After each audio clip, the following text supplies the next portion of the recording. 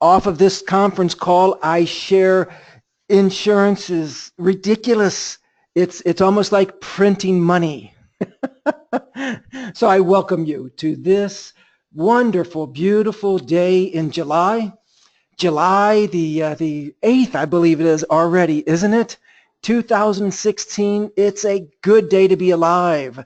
You're going to hear from Alicia, my assistant, here at Gordon Marketing, talking about a leaderboard from agents who are literally making it happen, agents who are able to go out and help a family, help a federal employee, help any person with a piece of business in our product line of insurance, and that immediately puts a check mark beside your name in my mind of saying that agent is interested in making it happen. Agents, you'll hear Alicia talk about annuities, just annuities, whether, and these are just annuities that have come through the door here at Gordon Marketing, and we try to keep them somewhere around 50 to 100,000. We get too many of them going through our doors here on a weekly basis to give honor to those folks who are helping their clients secure their money. If you know how an annuity works, we call it safe money, and how to be able to protect a client's monies from loss. So zero's the hero, and so you'll hear her talk about those who are making a nice living for themselves on just writing annuity, anywhere from 4, 5, 6, 7, 8%, depending on the annuity and the program that you're in. So when Alicia tells you a $100,000 annuity, in your mind, you should be saying on average that agent, for doing that simple task of writing up a $100,000 annuity, is making somewhere in excess of $4,000 up to $8,000 on a $100,000 annuity. We've had a couple agents who have written several times that, so I want you to hear the numbers that she's going to share, and then following up behind that will be the life premium. And you know, my focus is simplified issue business, whether it's through final expense. We focus mainly on mortgage protection from my office and the federal employee benefit program, where we've also been making some real nice strides in that program. So when you hear Alicia talk about the hey, John Smith wrote $1,000 this week, what he wrote in annualized premium dollars in this business, in the mortgage protection business, it's about $1,000 he made. If it's in the federal program, it's somewhere between $350 to $500 that he made on that $1,000 annualized premium. So for agents who are making it happen for this week, I want you to be able to pay close attention. I hope you hear your name. If you wrote business this week and Alicia's not announcing your name, please text, email me so we can get you in on our leaderboard. Alicia, it's all yours. Good morning. Happy Friday. Boy, did this week go by fast with that holiday. That's always good, though. So, all right, let's get to the leaderboard for the first week of July. We'll start with the top annuity producers for the week. And these agents submitted annuities are all over $100,000. Number 3, James Messer. 1 application, $250,000. Number 2, Matt Chansey. 2 applications, $266,000. And the number 1 top annuity producer for the first week of July is Aaron Joyce. 2 applications, $1,100,000. Wow, Aaron, that's amazing. Congrats to Matt and James as well. Awesome numbers this week. And now for your double dipper portion of the leaderboard. These agents are writing both life and annuity business. Vern Barktel is our first double dipper for the week. And Vern has written 3 applications with a total of $71,324. Great job, Vern. James Messer is our other double dipper. As mentioned before, he wrote a $250,000 annuity this past week. So now we'll move on to the top 15 life producers for the first week of July. All of these agents have written a minimum of $500 in business this week. In the number 15 spot, we have Shawner English. One application, $605. Number 14, Kelsey Wolverton. One application, $606. Number 13, Kevin Bianchi. One application, $866. Number 12 is Tim Lankford. One application, $1,300. Number 11, Andre Dane. Two applications, $1,870. And now for your top 10. At number 10 is Kaio Son. One application, $2,040. Jay Teague comes in at number 9 with 3 applications for $2,399 in annualized premium. Number 8, John Kohler. One application, $2,400. Number 7, James Messer. One application, $2,981. Number 6, Alan Collicott. 2 applications, $3,382. And now for the top 5 life producers for the week. Number 5, Joshua Civic. 11 applications, $7,030. Number 4, Thomas Paveda. One application, $8,096. Number 3, Jim Meixner. 2 applications, $8,456. Number 2, Autry Douglas. 2 applications, $8,929. And your number 1 top life producer for the first week of July is Paul Michael Brinson. 5 applications, $14,000 in premium. Congrats to Paul Michael into the top 15 this week. Awesome job. As always, if you guys need to reach me, I am at extension 178, or you can always email me at elisha@gordonmarketing.com. Hope everyone has a great weekend. Back to you, Tim. Thank you, Miss Alicia. Guys, oh my goodness, I love hearing about agents who are making it happen. If you're not writing annuities, I know Erin's pretty excited about the annuity. Not too long ago, just about a month ago, I believe she submitted $800,000 annuity, and then this last week, 1.1 million. I know she and Alex are doing some seminars. If you have ever done that, that might be coming around and might be of some interest for you to look again. I like keeping things a little bit more simple. Give me a mortgage protection lead. I go write it. I make $1,000 on average for helping one family, and I pay for those leads. If you know how our federal program is working, the federal program, we are able to offer you leads without having you pay anything for those leads. It's a much more of a tighter vetting system. So if interested, look at a place where you can go for $60,000 annualized premium dollars. You may have heard Jim Meixner, who's in my office right behind me, actually. Jim did, goodness, in 1 week, so this last week, Jim put up more than 10%. I love my public school, but I always like to say I went to public school, so sorry, I'm not going to give you a good math there. But I believe 8,000, it takes 60,000 to earn that trip that you see going through if you're on the computer. Right there, you've got 60,000 points that'll take you to the Dominican Republic. My wife and I thoroughly enjoyed the Dominican Republic here a couple years ago when we were down in Punta Cana. And oh my goodness, guys, this will be worth effort. Jim did what, more than 1/8? So yeah, no, it's actually a little bit more than 1/8 of the trip that it takes for you and a guest for us to fly you down. May 12th through the 16th of next year. We'll give you that whole trip, feed you, put you in that hotel, fly you there and back. For what Jim did, more than 1/8, he took care of more than 1/8 of the requirement to go to the Dominican Republic in a week. So guys, you have 6 months left. You can do it. I sound like that goofy guy. Who is he on Adam Sandler's The Water Boy? You can do it.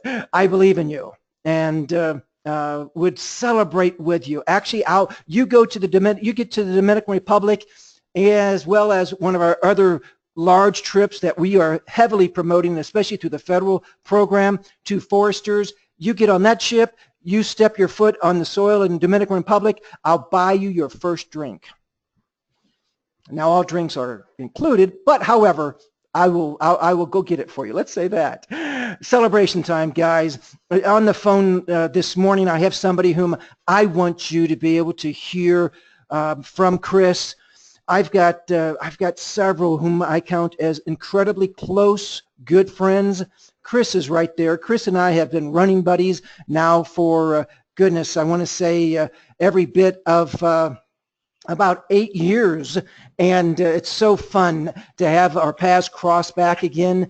He and Jody are some of the most beautiful people on the planet. You meet these guys, salt of the earth. Chris, why I think I've fallen in love with him. I've got a man crush on Chris. He knows I do. He and his bald head, I tell you, that guy. But he and Jody, they love people. They are followers of Christ, so that means a whole lot to me in my heart of connecting with somebody in a real good way. But when you meet Chris, you can tell that he cares about what he's doing, and he's doing it well. Consistently a top performer ever since I've known him.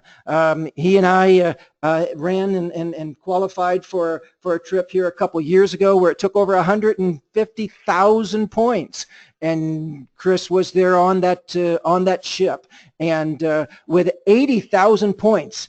And I know Chris has a real good shot at, even though he's just now starting with the federal program, 80,000 points.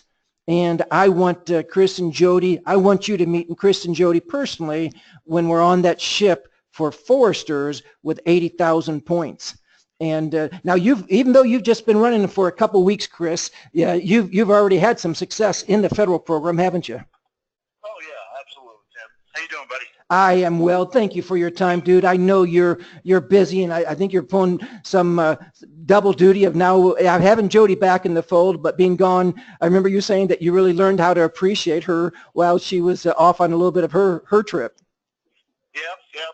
We do this as a team. You know, it's I always say that when you work full time with your wife in commission sales, there is a God, because there's got to be to work with your spouse full time, right? I don't know. Jody's pretty easy to work with, so I don't know how much of a challenge you have there. You're also married and working together, so. but you know, it works out very well. We're very blessed, and I love this business. So at the end of the day, Tim, what do you need from me, buddy? Let's kind of jump into this. That's what I was looking for. What we were talking about was right there of what makes you tick. I mean, you already started it, Chris. You're right there with you and Jody doing it. I want them to hear just how simple of approach, that it's not some slick salesman, but it's being real. I want them to hear from your heart of you know, how you set your appointments, even to the point of what you're doing in the home, that you're connecting so well with people. Okay, well, let's kind of jump into this. So I got started, this is my 10th year in insurance, and, you know, I never had a plan to come in insurance like most people, but it just kind of finds us setting a 10. And so at the end of the day, the things that I've learned from my mentors and my running buddies like Tim is, you know, you just got to be yourself, and you got to be personable with people, and you have to be likable. I mean, if you know, the one thing that you always have to remember is, if they're not going to buy, they're not buying for several reasons, and it's probably because A, you didn't explain it well enough, B, maybe they just don't have any funds and they're broke as a joke, but also what it really comes down to is they're not going to buy if they don't like you. I mean, you know, and this is a very personable business, and at the end of the day, that's how we make it. I mean, the first thing I do when I go into my appointments, Tim, is, you know, I bond and rapport with people, and I used to bond and rapport a lot more in the beginning, but these days, I kind of just bond and rapport during the whole appointment, and you know, I got little stories that I tell. throughout my appointment, and I don't know which ones I'm going to tell. It's not like a set routine. It's just based upon, you know, the things that we're talking about and the common interests that I find with my clients, and we talk about things like that. You know, they got a dog, I have a dog, you know, it could be anything, but at the end of the day, I bond and rapport maybe 2 or 3 minutes when I'm in the home, and then I kind of jump right into it within the first 5 minutes, and then just throughout the whole appointment, and I really bond more when I'm filling out applications, because I am getting personal information and where they grew up and things like that. So, you know, look, as far as the phone, what do you want to know there, Tim? Even if, would you be so kind to go over your sample script? What again, I just love your approach that it's down to earth. There's nothing flowery, and yet you've been proven year after year of consistency. You're now talking to agents in over 40 states, Chris. Okay, you're making an impact. Hi guys. Okay, so well, let's talk mortgage protection. That's what we're mainly doing here, right? Yes. Okay, that's fine. And you know, so I mean, I could do it. You know, when you're first starting out, I mean, I remember, boy, I mean, when they said stick to the script, I mean, that's exactly 100% true. But here's one thing I got to say about that is, so when you're you know, everybody wants objections. Oh, well, what objections should I say here? What objections should I say there? And that's true. You got to have objections. You got to have them written down, and you have to learn them. But the one thing I have to say about all of this before we get started is, you know, you could have every objection in the world, but that doesn't mean you're going to book every appointment, right? I mean, so I want to be realistic about this, because now we book, you know, probably between 65 and 80% of our appointments, leads that we get. But in the same sense, we don't book everyone. And I always use the analogy of, if you play blackjack, there's certain rules that you have to follow in order to win more often than not, right? And so that's what I kind of allude the calling system to, and knowing your objections and saying certain things at the right time to get certain responses, right, Tim? Absolutely. And so if you basically, what I mean is, you know, just because, so if I sit down at the blackjack table, I'm not going to win every time, but if I follow the system, I'm going to win more often than not, right? It is. There's actually a proven system in blackjack, and so it's not card counting. It's just knowing when to bet the right way, and so and when to play correctly. Well, insurance is the exact same way. You have to know how to play correctly. Okay, and so when it does come to objections, not every objection is going to win, but the more that you do them correctly and the more that you learn your craft, you're going to win more often than not, right? And that's where it comes to where Tim has always said, and for the people that have been around Tim for a long time, you know the system, follow the system, don't try to recreate the system, right, Tim? So let's get into the phone real quick, Tim, and I'll go ahead and I'm going to do this on the fly, so whatever you want to give me, go ahead and give me. Awesome. And I'll ring you up. Ring, ring. Hello? Hello, Tim? Yeah. Tim, this is Chris. I'm with the Mortgage Protection Department. I've got that form here that you filled out about protecting your home loan. I'm the field underwriter that's assigned to your case, Tim. I've got your information here, and it looks like your address is 123 North Main Street. Is that correct? I'm trying to think of what form this is, Chris. Yeah, that's okay. You know, I forget what I had for breakfast, Tim. So you had filled out the form after you got your mortgage here. It looks like with Chase Bank for $180,000. This is about protecting your loan, so when you die, your family doesn't lose a house. Does that ring a bell now? Yeah, it does a little bit. Okay. Oh yeah. So I'm just the field underwriter they put on your case here. Let me verify some information. Did I have the address right, Tim? Yes, you do. Okay, perfect. And I have here Chase Bank, $180,000. And are you the only one on the mortgage, or is your spouse on the mortgage? I am married, but she's not on the spouse, or excuse me, she's not on the mortgage. Okay, what's your wife's name? Beth. Your spouse. Beth. Okay, just simple. B-E-T-H. Okay, sounds good. Tim, they've got me over in your area the next couple of days. Do you typically work mornings, afternoons, evenings? Usually during the day. During the day, okay. You guys, looks like I got like a 6 and a 7:30 tomorrow. What time's best for both of you? Yeah, tomorrow won't work. Okay. What's your schedule on Thursday? I'm going to be over you that way. So we have to meet? Yep. Yeah, we have to meet in person. I'm not sure if you qualify for the plan or not. Basically what I do, Tim, let me kind of tell you up front, we just sit down, we go through the plan. It takes about 15, 20 minutes to kind of explain it in detail, answer any questions you have, and I can see what you qualify for right there, and I'll have all the answers you need in the appointment. Doesn't take that long, 15 or 20 minutes. What time of day is best for you and Beth? I guess we could try to do it somewhere around 7. Okay. Yep. That's good. I got a 7:15.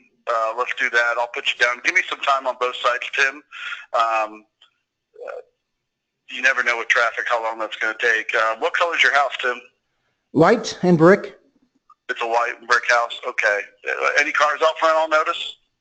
What do you drive? It'll be garaged. I drive a Volvo. Okay.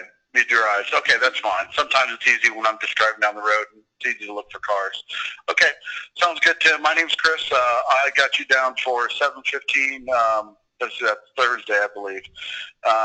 And make sure you tell Beth I don't want you in the doghouse when I show up and she doesn't know why I'm there, right? Fair enough, sure. Okay, all right. Have a good day. See you then. All right, thanks. All right, there you go. Pretty simple. You know, at the end of the day, it's just a conversation. That's really ultimately what it is. There's nothing really fancy about it. So basically, the one thing I always do when I'm calling is, first of all, you have to sound official. If you don't sound official, then you sound like a telemarketer. If you and you have to take control of the conversation. You can't let them take control of the conversation. The minute you let them take control of the conversation, it's all over. You know, Tim said he wasn't available then, and if he would have kept talking, then he would have had control of the conversation. So I quickly jumped back in and came back right away, you know, with another response. You always have to be in control of the conversation, and if you're not, then they tend not to go as easy as that. Wouldn't you agree, Tim? Absolutely, and I like it that, yeah, there's really no objection out there that we can't say, hey, all this is some information, I'm required to get it into your hands, right? Yep, I mean, that's it. That's the whole gist of the whole thing, you know. So, you know, when you're starting out calling and you have a script and everything, follow the script. Follow the script until you know it. I mean, I could do it 25 ways from Sunday right now, but I've been doing this for 10 years, right? And Tim's the same way, you know. But I remember when I first started, oh my God, my nerves were going. It was terrible. You know, you might have somebody that yells you on the phone, and if you don't have thick skin, then you know you probably shouldn't be doing this business. But we don't get a lot of that. You know, when people say that kind of stuff. You know, it's very few and far between that you do get somebody that will, you know, be upset. But you have to remember, I've had bad days just like everybody else. So when you get somebody on the phone that's had, you know, not being very nice and everything, just let them go and call somebody else. You got more than one lead, right? And another day. I mean, I remember where people have literally, and I've said the exact same things, and I've been hung up on, and we call them back, what, 2 days later, Chris? And guess what? Mm-hmm.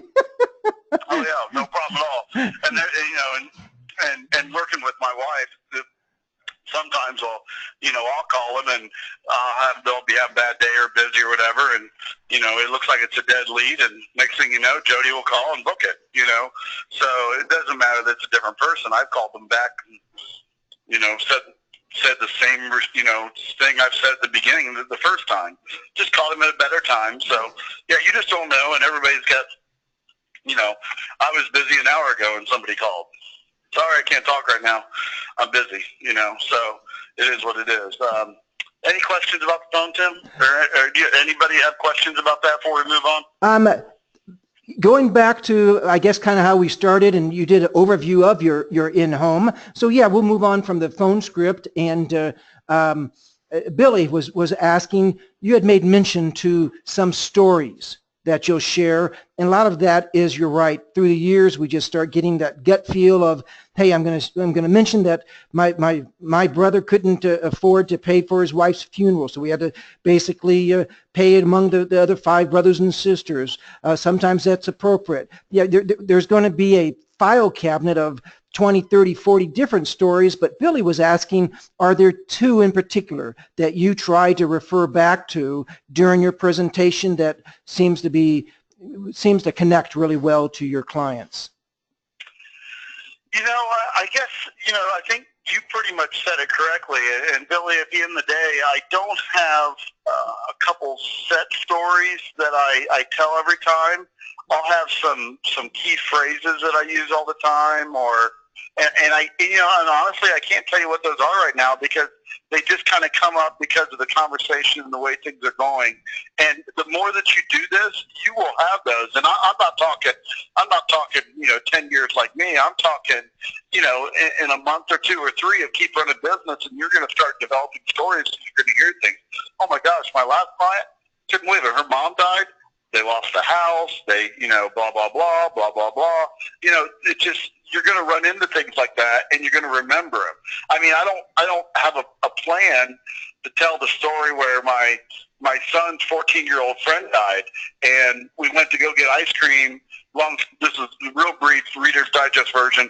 We went to go get ice cream, my son and I, one day, and he says, I gave him $10 because I was on the phone. I said, go pay for the ice cream, and I was 20 feet away from the counter.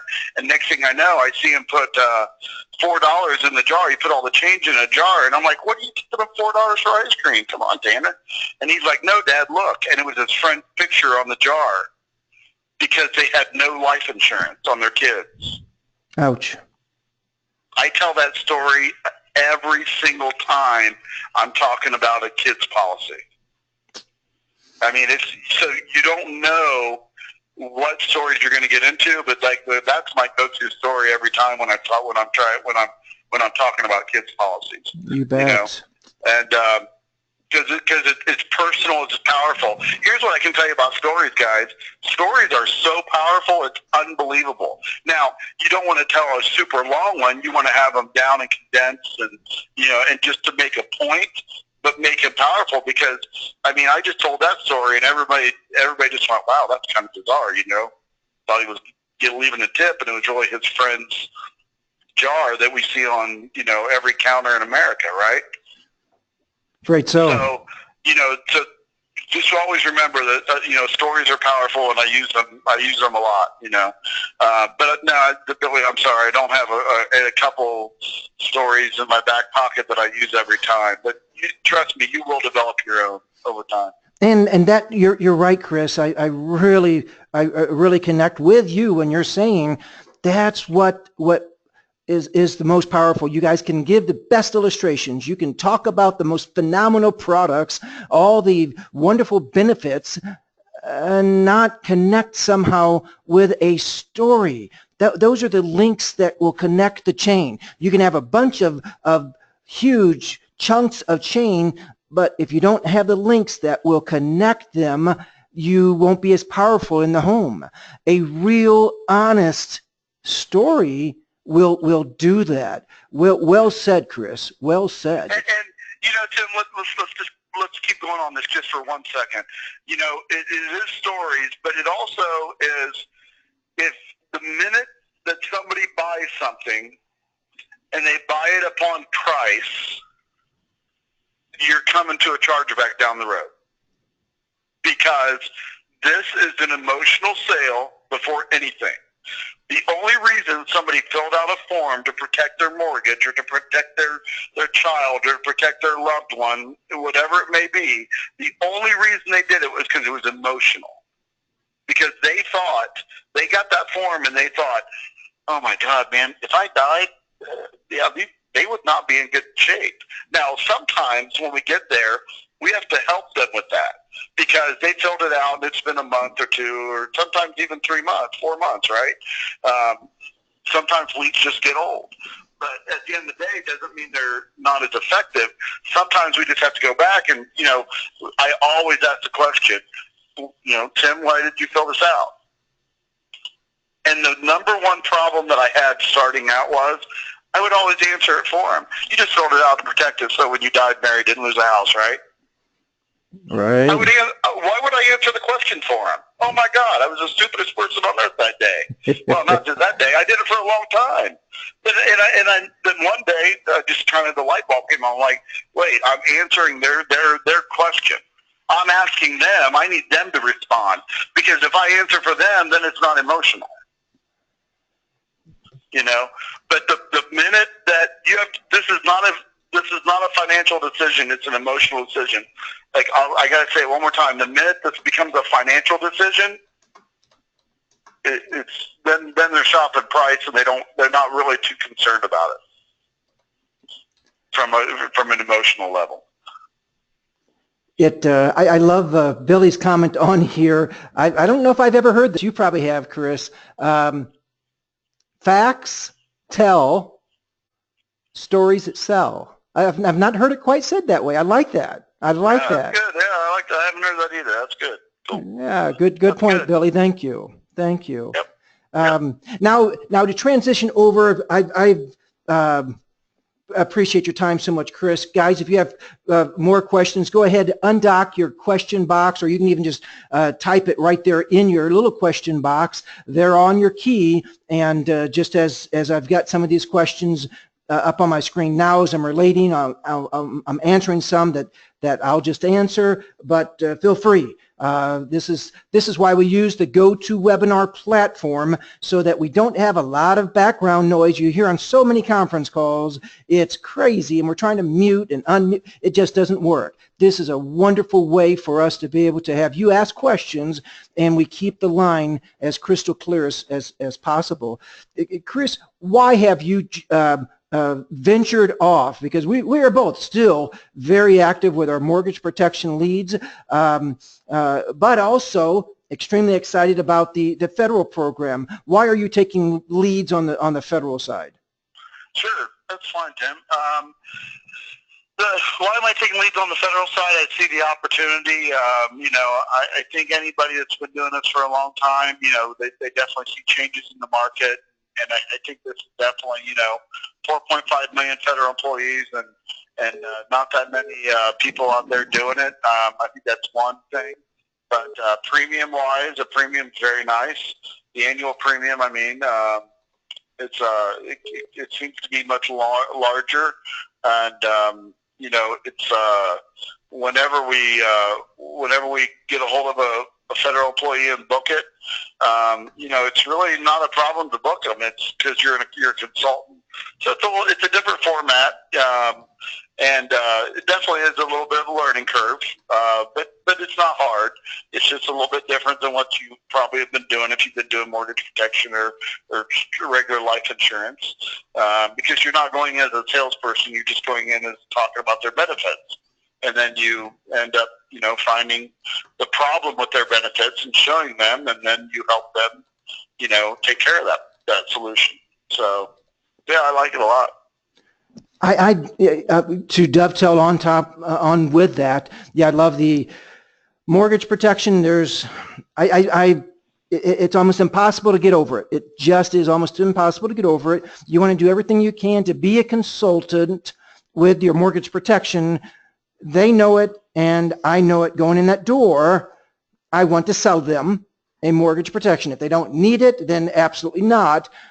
9 times out of 10, if they've filled out the lead, they already know they need it. So I'm there to sell a product.